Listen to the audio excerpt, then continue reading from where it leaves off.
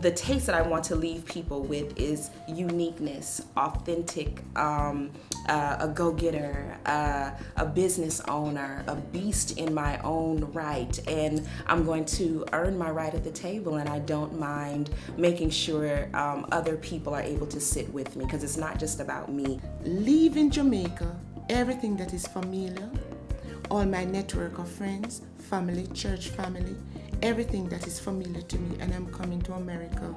And when we got here, do you have credit history? Do you have rental history? That's the question I'm getting.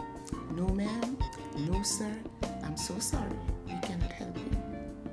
For a lot of people, they think entrepreneurship is so easy, but it's not if you're not focused, if you're not driven, if you're not consistent, and you need those things to run a successful business. You know, it's kind of funny because no matter what happens, I think when you have a purpose, you can try to escape it all the time, but it's always going to come back and hit you in the chest. It's always going to come back. You're always going to end up in that same place and say, how am I here? You know, I heard this said, and it really changed my life. You know, there's two things. You know when you were born, like what day your birthday, and then there's a day where you realize why. And so let me encourage you to find that why and just run with it. Getting back to our roots and our true purpose of why God has even created us. We were created to worship Him.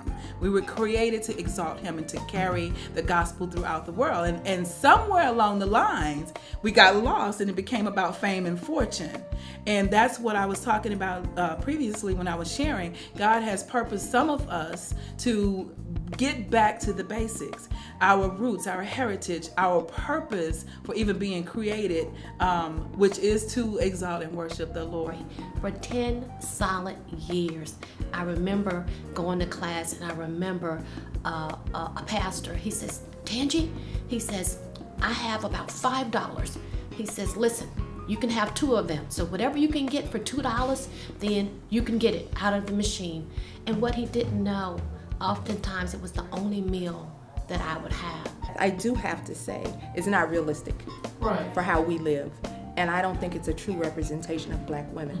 And so it saddens me on many fronts, because I see that it's creating some extra issues as far as women going out getting plastic surgery, trying to achieve and drive certain cars and live in certain houses that they can't afford, you know, and even just with the presentation of what a real woman is. We can be sexy and not show everything.